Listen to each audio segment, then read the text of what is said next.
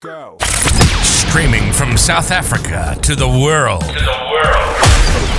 This is the Stonks Go Moon podcast. What just happened? We break it down so you don't have to. Welcome everyone to the Stonks Go Moon podcast. AI isn't just writing essays and generating memes, it's changing how companies actually work. Ravenna has just raised $50 million from Khosla Ventures and Madrona to reimagine helpdesks with AI, automating internal support and making employees happier in the process. My guest today, Taylor Halliday, co-founder of Ravenna and former director of engineering at Zapier, is here to talk about building products that scale, raising money from top investors, and what AI at work really looks like. Welcome to the pod, sir. Thanks for having me. Appreciate it. Dope merch, by the way. Like the hat. Hey, if we don't do anything right in these several years of this company, I think we got the hat situation nailed, all right? That's what raising $50 million will do, right? You have to have cool merch. It didn't have anything to do with this logo. That was all us, you know? So, So man, what problem were you trying to solve with Ravenna that you couldn't solve with Zapier? I mean, Zapier basically automation tools. Yeah, what problems were you trying to solve? I want to be clear too. So I came from Zapier, you know, and it is such a cool company. It's going to be interesting in fun ways. And they're ahead of the mark on so many different things for automation. Okay. At the end of the day, though, it's very much like an integration tool. If you've used it, you know that, right? Mm-hmm. The amount of depth that you can go into you can kind of start to feel it after a while of like how deep you can actually bring some of these automations at the end of the day. And so that's kind of why I wanted to go a little deeper here effectively and try to rethink like what a larger platform would be. And so at the to explain Ravenna, so we are doing a help desk. You can think about the IT help desk, the HR help desk. So it's not just the AI, although that's an extremely important part. We have a full-blown ticketing platform. We have a full-blown rethought from the ground up, basically like, you know, service platform effectively that is, you know, think linear-esque. It's built from a modern standpoint, something that people love to use. And on top of that, there's automations. And so that was kind of the gap, I guess, would say, is that I very much wanted to think about what the opportunity was for not just the AI and the automation here, but also a system of record, like what could actually be, you know, different if you actually own the full vertical stack. Why? Why bet on that? Why not something else? What did you see in the market that made you go, oh, okay, this is it? I'll go back to Zapier again. Yeah. I used to run new products there, which means like if you've ever used Zapier or are familiar with the products there, anything that's not a ZAP, like I was in charge of standing that product up effectively. Okay. Okay. There came a time during the ChatGPT fun bonanza era where we were trying to figure out like, hey, how can we leverage AI to build something that means a lot for like mid-market enterprise? So I started going around with basically some of the Rolodex of the founders and just started talking to a lot of mid-market operations, or excuse me, like mid-market, like C-level directors, like, hey, you know, broad conversation, wave a magic wand. What do you think AI can help you with the most? You know, I heard some feedback over and over and over again around basically like this idea that like, hey, look, I think AI can help me kind of homegrown efficiency at my organization in a way that I can never do from a top level down standpoint. That if somehow AI can come into this place and help us kind of stuff, it's going to make our marketer, who as much as I love our marketer, I don't know what they do at the end of the day. I'm a CEO, who knows, kind of stuff. Yeah. It's going to create efficiency that was not able to be had before from a top down level. And so those were kind of like some like larger strokes that I heard on a lot of this type of listening tour. And that's what really kind of tuned my ears to like, hey, I'm really curious about basically thinking about like how to go ahead and create a product that can help bring like efficiency call to internal operations. And how long did that take you? How long did you go on that listening tour, from listening to the problem until sort of, okay, cool, I really want to build this. This sounds cool. I would say, I don't know, that was, you know, 2023-ish era. And then, you know, I'll be honest with you, I think at the very beginning of 2024, Okay. I love working at Zapier. I'll say it again, great company. Yeah. But like, I thought it was time to, I've done entrepreneurial stuff in the past and started my own company with my current co-founder actually. And just was like, we need to figure out something to get back into the game with. And if you want to know the kind of bit of backstory, it was actually him. He worked at AWS, ran go-to-market for the containers and serverless division over there. Cool. And was just like, yeah, that's pretty cool. And was just like, look, man, there's this tool at AWS that was built by AWS. simple issue manager. This thing is like what you use to ask for like requests across the org. Pretty simple in the face of it, right? Like, okay, Yeah. fine. But like, look, man, he's like, it's the grease and enterprise cogs here. Like this thing that you use to ask for basically service and requests across the org. If this thing were to come down, the whole organization would come to a halt. Like, what is this broader market? And I didn't really know at the time. Started realizing service now, fresh service, Jira service management. These are like internal service operation centers that help organizations basically run efficiently by streamlining requests, what have you. And so started looking around and just being like, it's not a podcast. I don't know. Call this. I wasn't very inspired by a lot of the incumbents I saw in the space, and so I think that was some of the original like impetus for like maybe take a little layer deep here, a little closer. Mm, interesting. When you pitch it to investors, what did you say to them that make them go, "Ooh, I like this"? Because $50 million is a lot of money, man. You're right. It is. I wish I could tell you I came in there with like this really well thought out pitch and like the best Okay. pitch deck ever, Yeah, yeah, yeah. and that's not how it worked out. Uh, what happened was I was working at Zapier. We were talking to potential customers about this thing if we were to go build it. I was building the prototype on the side. Pretty crazy times.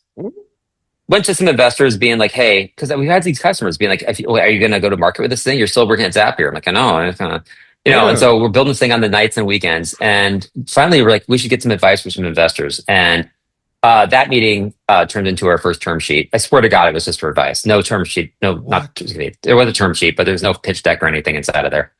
Nothing. Um, Just a conversation. yeah, That's yeah, that was weird. crazy. I know. Did you know these people? Did you sort of, not at all? Not really. No, not really. And then like that kicked off a larger thing where I freaked out, being like, well, what do we do with this situation? And got a Yeah. lot of feedback from CEOs and other people being like, cool, you didn't think you were raising, but you are. So Yeah. you need to go talk to as many people as possible, and try to figure out if those are the right people to work with, if that's the right amount, what have you. And so uh yeah, just started just cold calling a bunch of investors after that, being like, hey, I have this thing. And if people even pick up, they'd be like, oh, talk to the partner in 3 months or something like that. I was like, Okay. cool. I have a term sheet. And they're like, what are you doing in 2 hours? Like, like What? it's pretty funny. Yeah, So man, they it's went weird. from well, whatever to okay, cool. Let's do lunch. Just because you said I've already got a term sheet, so someone was willing to invest in me. So there's something to look at here. That's crazy, man. Interesting psychology, man. I don't know. It's complicated and it's 100% not. But that psychology. that Yeah, if I'm just telling you the honest truth of the whole yeah, thing, yeah, like that's how yeah. the way it started, at least. Yeah.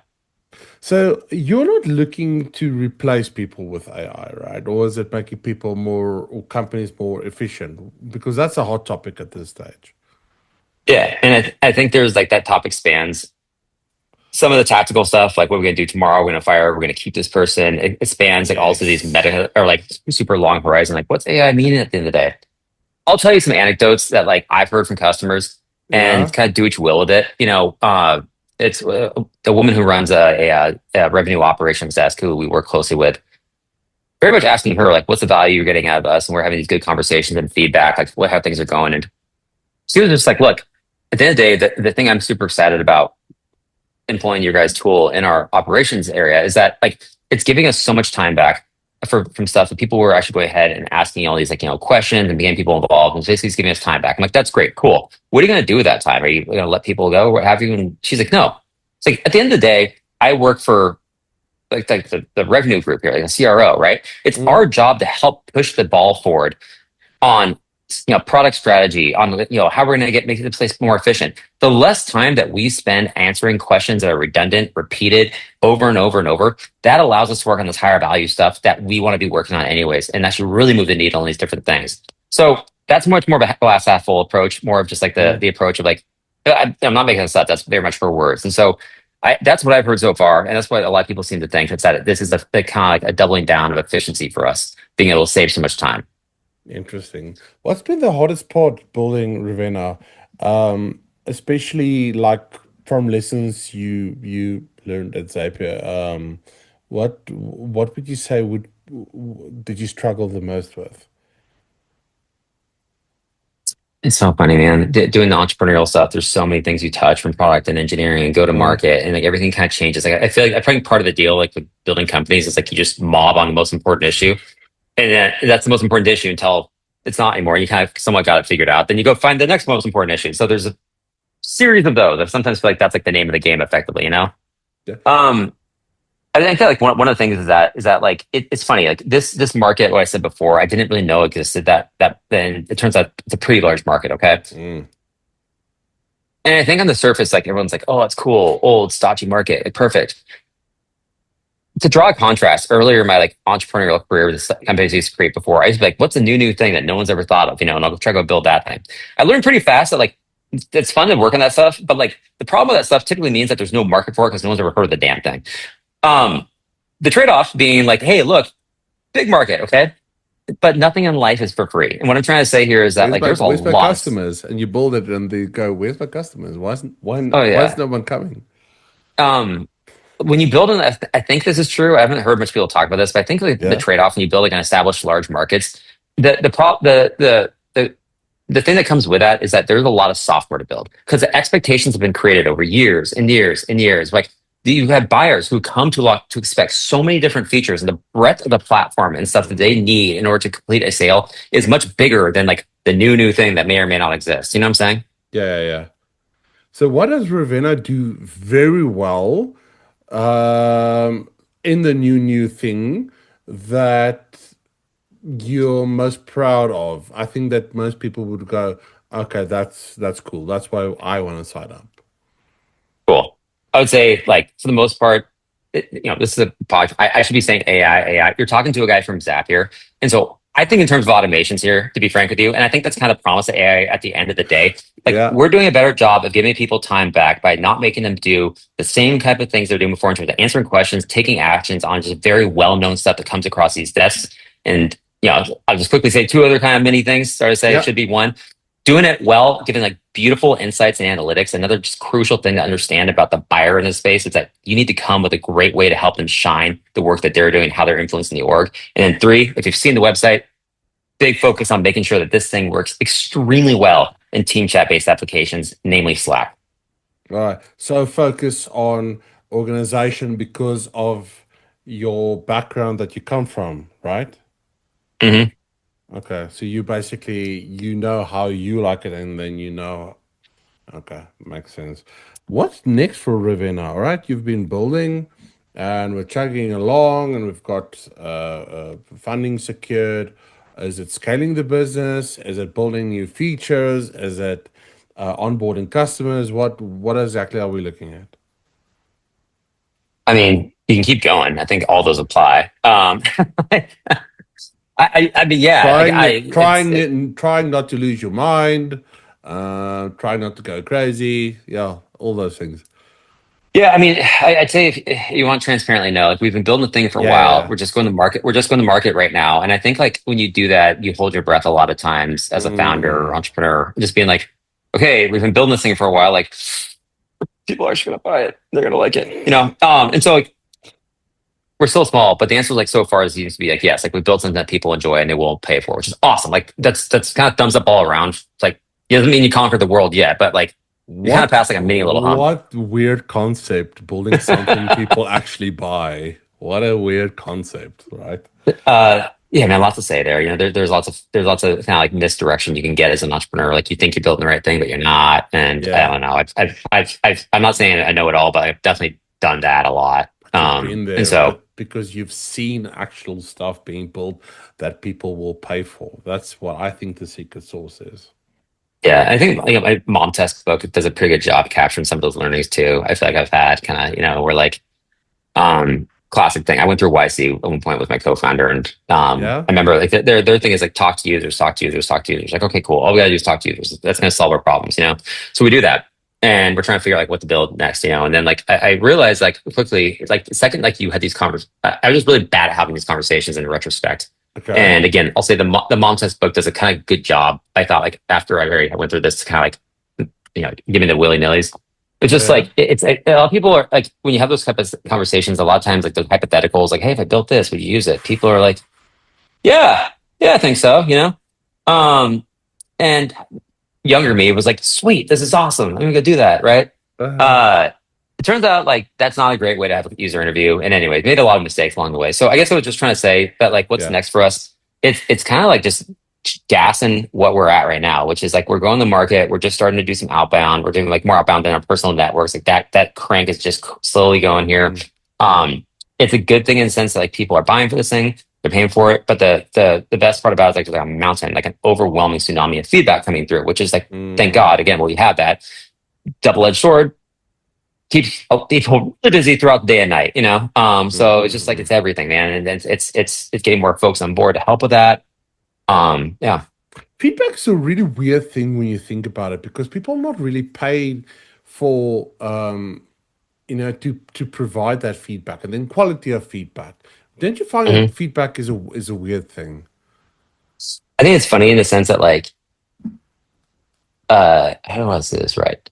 No, just say it. Um, Little do some people know when we talk about pricing, like I would be paying them for just like their feedback alone at Oh this stage. yeah. You know what I'm saying? Oh Like yeah. yeah, you're selling a product that people want, but like the one of the most important things, frankly speaking, especially at this stage, like money, you need to have money as like a proof point for sure. But like, Uh-huh. we're funded enough for like the lights aren't going out anytime soon. What's like the most critical thing at this point is like getting people, I'm sorry, you can't force people to do this, but like having people so emotionally invested in your product, like this is really great. Here are the four gaps that like it's going to make this even better. Like having that, Uh-huh. like Yeah. you can't pay money for that. Okay. Oh yeah, 'cause you can't. You maybe You can find an agency. I can, don't know. but Whatever. I don't know how Yeah, trustworthy it will be. Yeah, because yeah, people yeah. So are I mean, like, invested in so many things. They've got so many interests outside, and it's totally. life, and it's children, and it's hobbies, and it's sports, and it's this and this. Okay, cool. But what do you think about my thing? And that's Yeah, yeah. And then paying or not paying. When someone takes time to write you an absolute like novel and a very very thoughtful novel in Slack about like here's the things that are great. Here are the things that like the first thing that you do, I feel like as a builder is like oh my god, like straight to the heart. They're calling out all these issues, but then like immediately right after that, that emotion's replaced with like they care. They really, yeah, they oh my gosh, yeah, like who would take this moment to write all that stuff, like, right? It's like, yeah, that's a yeah. really cool thing. Okay. Last question before I let you leave. Do you think AI is going to get exponentially better in the next year or two, or have we hit a plateau sort of where we've gone from, oh, the new iPhone has a new camera bump, or we've changed the UI a bit, or something like that. Oh, because the jump for me, from GPT, let's say one, there was two, and then three, and then from four to five, I don't see the. I'm using GPT as an example of AI. Obviously, there's loads of stuff out there, but I just feel like we've hit a plateau. So, from someone on the inside, I'd like to know what you are saying. Is it something? Should we hold our breath? Is this where we are at the moment? What's going on? Couple thoughts here. One, I'm not a genie, so this is my Mm, 2 cents, right? okay, yeah. Let's I take a don't have, stab at don't, it. don't have a crystal ball, like Yeah. anything could happen in this world. Okay. I don't know. I actually, it's kind of funny. As a pet interest, I do pay a lot of attention to like this conversation, and you can actually recharacterize this. Like, is the limiting factor power and data? There's a big Uh, cohort of AI folks out there that say if we just have more power, more data, we'll have more sophistication and better models. Okay, it's called power and if data maximalists. we didn't need And to pay there's for training data, yeah, yeah, I yeah, like and that that's one. power and data maximalists. That falls in the same camp. We ran out of data, so we need to make sense that there's a lot of stuff that goes into that, and it's extremely smart people who are in that camp. There's also some people who are in another camp who say, "Look, we don't have the correct architecture, we don't have the correct algorithms, kind of stuff, and we're exhausting what we have from transformer based, like basically models, what have you." And so, where I sit between there, I'll be honest with you, I kind of suspect that we're nearing the edge of some of the walls of the architecture issue. That's my sense of some of it, and that's the reason why I said at the beginning too. I don't have a crystal ball. It's just as easy Mm, for someone else to come up with a new transformer paper tomorrow. And then that yeah. opinion's out the window. So where we're headed, I don't know. I think when we're at today, I do think you're seeing some leveling off of the current architecture and like tricks of the trade, so to speak. Mm. It's be interesting to see what comes next in terms of new tricks, new architectures, and new methods and means for producing intelligence. That's the beauty. Is just tomorrow someone will make a breakthrough, and it's a whole new paradigm shift. That's the Yeah, beauty. and I'm not. Yeah, I'm always along for the ride, man. Try to do your best you can to predict the future. But Just be present and build. Love it's it. already hard enough to be present, right? Taylor, thank you so much for joining me today. If the listeners want to go and connect with you and Ravenna and find out more about what you do and your product and how it can help their businesses, where can they connect with you? Thanks so much. Appreciate you having me on. Now I'm looking for ways to connect to you, brother. Where's your links? Oh, sorry. What'd you say? Where's your links? Like, where can people connect with you? Where can they find you? Oh, gotcha. My bad. I'm sorry. I thought you said something else. That would be my bad. No, number one, the website, Ravenna.ai. That's an easy one. I can send you my email, Twitter, what have you. All the good ways. Put all the links in the comments. Thank you so much for joining me today. And to all listeners, peace, love, and prosperity. Okay, till the next one. Cheers. Two hearts that never found their time, but still you're carved into my life.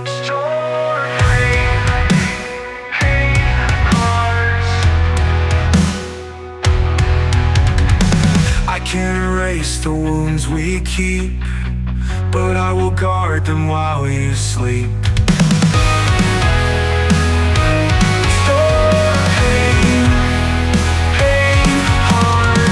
I can't erase the wounds we keep, but I will guard them while you sleep. Store pain, so let me be the shadow near, not a flame, just quiet here. Through your rain I'll stand unseen, a shelter where your tears can lean. We heard the same, the world's divide. I'll keep you close on the silent side.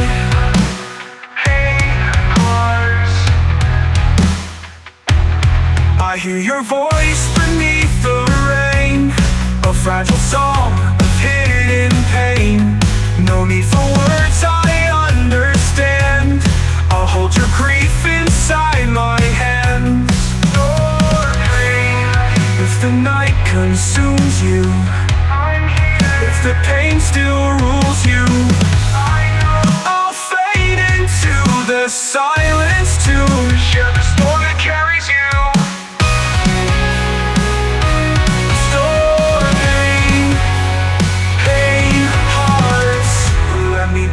Shadow near, not a flame, just quiet here.